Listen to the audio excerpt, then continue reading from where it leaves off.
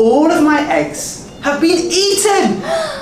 Good morning guys, I hope you're well. My name is Blakemore, I teach travel and sometimes triumph. This is going to be another week in the life of a primary school teacher, so it is a teach video. Now, this week's theme is going to be storytelling. In the UK, it is National Storytelling Week.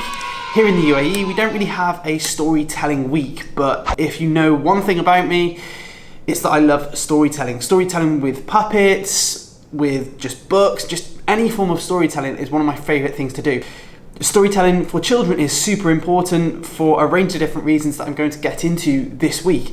I also want to give you a range of different tips and ways that you can storytell in the class. Before we get started, I just want to give a shout out to Vooks for sponsoring this video.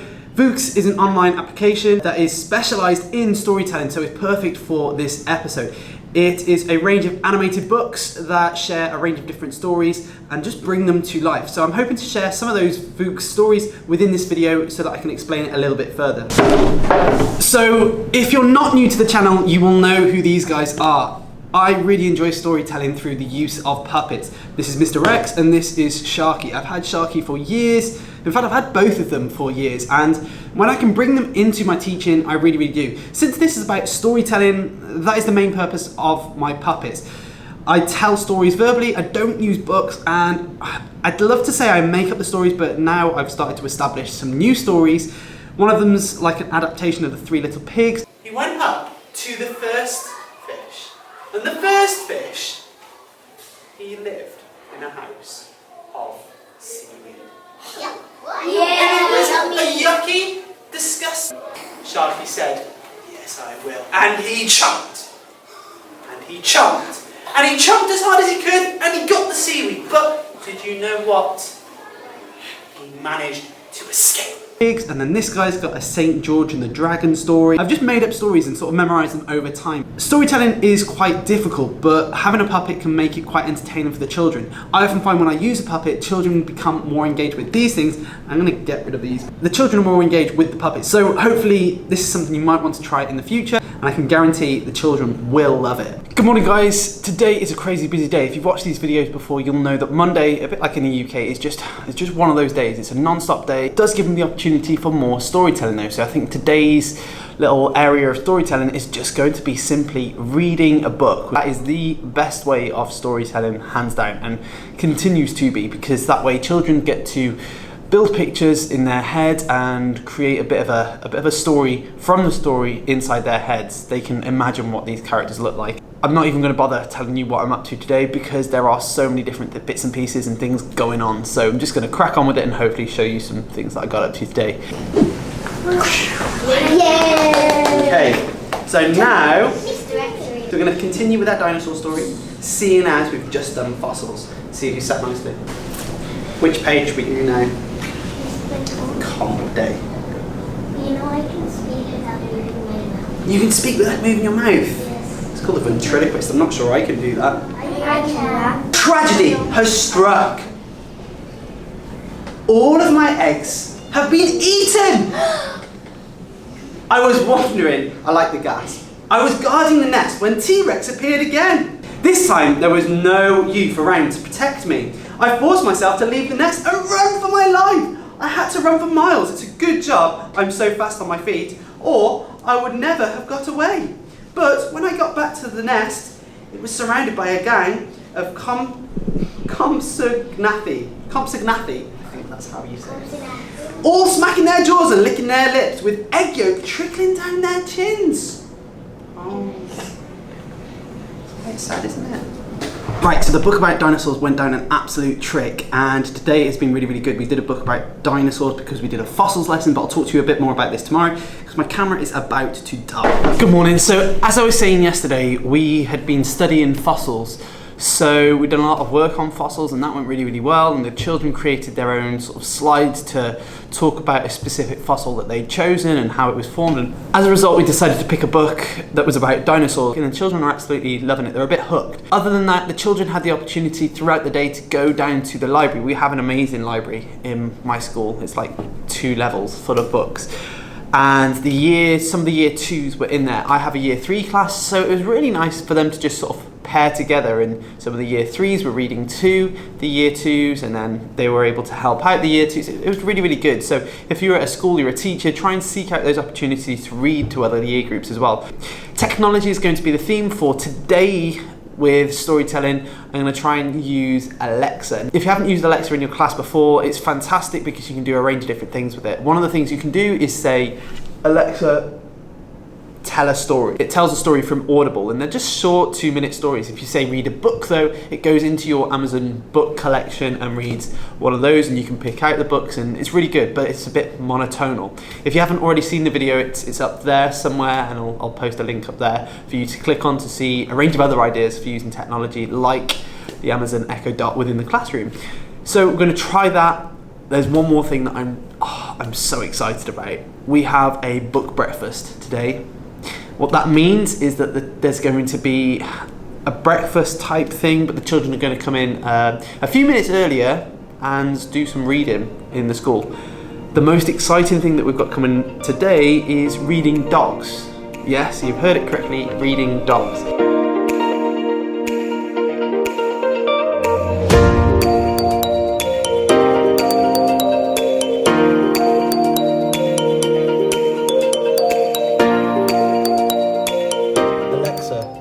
Tell puppy love story. Moment, running frantic circles together around the park. Oh, right, so today has been absolutely amazing. One of the things I forgot to mention is that today the children got to see the play Oliver. Our school always put on a production at some point in the year, and it is always absolutely phenomenal.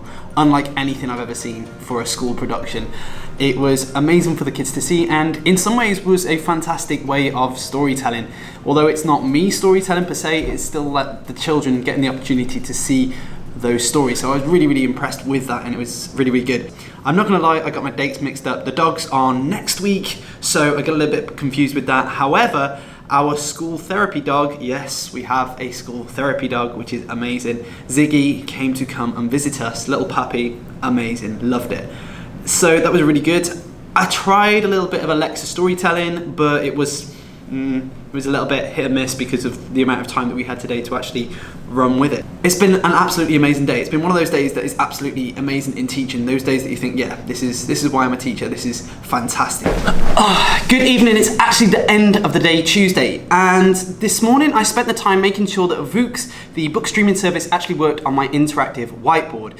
And it was really, really good. So I'll show you that now, and I'll talk about it in a second.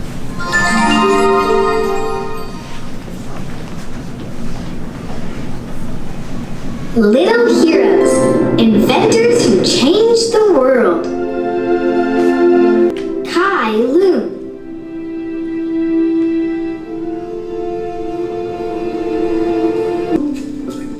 In AD 105, Kai gathered tiny pieces of bark, old rags, and fishing nets. What is Vooks? Vooks is essentially a streaming website for animated books.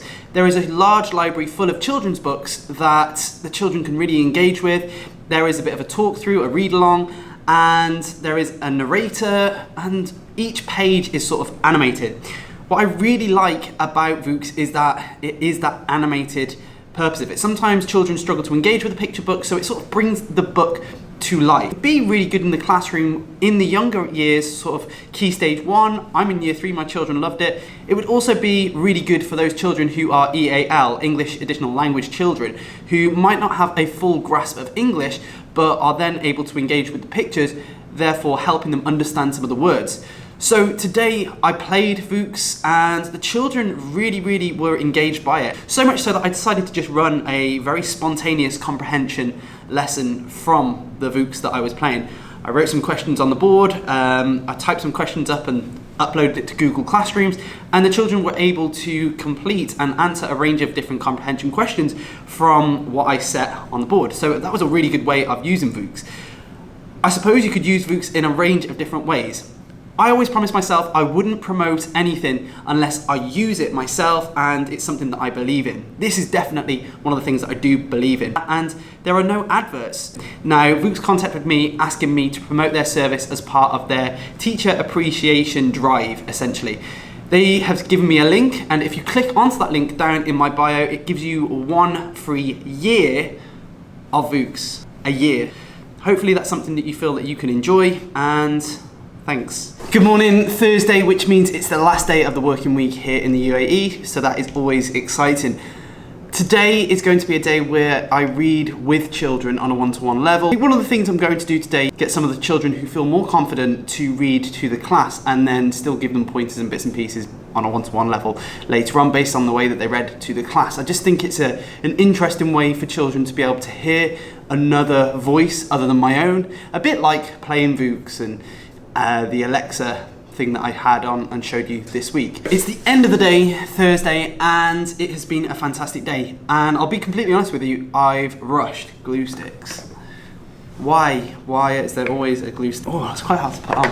This week has been really good for storytelling. The importance of storytelling has never faded. However, the amount of time that we have to do it has to some degree. So I wanted to show within this video that there are lots of different ways of storytelling that don't always involve you sitting in front of the class. Although, saying that, that is still the best way. There is nothing better than sitting in front of the class with a book and exploring it. So I want to talk about some of the things that storytelling is good for and some of the tips that I can give you when storytelling. So storytelling is really good for a range of different reasons, and I wrote some down here on my list. So it enables children to empathise with unfamiliar people, places and situations. It allows children to experience diverse cultures.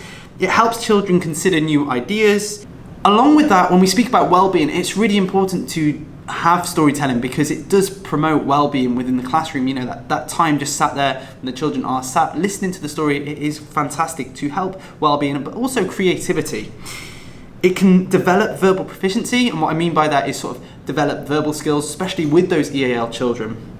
It can also enhance listening skills. Now, on that whole enhance listening skills, it will do it if you're storytelling correctly. If you sit and read a book, is it monotonally? Is that a word? Hopefully. Oh no, you just saw the story. It's not going to be very engaging. However, if you start to consider some of the techniques I'm going to say, you can really start to engage the children. Firstly, make sure that you're using the space around you. Why do we always have to just sit on a chair? You can storytell by having a book in your hand and walking around, making sure that all the children are listening. At the same time, make sure that you're using facial expressions. When I read, I like to go, oh, you know, at the shocking bits, laugh at the funny bits, so that the children get those sorts of cues, because not everyone does. Make sure when you're reading a story, you are that charismatic individual. Make sure that you use those silences and pauses to really develop a dramatic effect within the reading. Make sure that as you storytell, you develop your own style of narrating. Now, that's really key. Each teacher, and it's always exciting when you see another teacher read into a class, they always have their own unique style. I know I'm very animated whenever I teach and read stories to my class. I am the person who does sit down. I'll try and bring puppets into it now and again to just try and add that extra, it's a Thursday, I can't talk, extra element of engagement. But again, it's just whatever you do, but just try not to be that monotonal reader so that the children are engaged. If you did enjoy the video, feel free to give it a like. I always really appreciate it and it helps the video out. I did want to say a big thank you to the sponsor of this video, Vooks, and if you want to sign up to it, then there is a link to the Vooks website and a free 1-year subscription for teachers down in my description, so feel free to click that. If you're new to the channel, feel free to subscribe to the channel. I make a range of teaching and travelling videos. I regularly make these week in the life of a primary school teacher videos, so feel free to enjoy those within my channel. I'll see you in the next one, guys, but for now,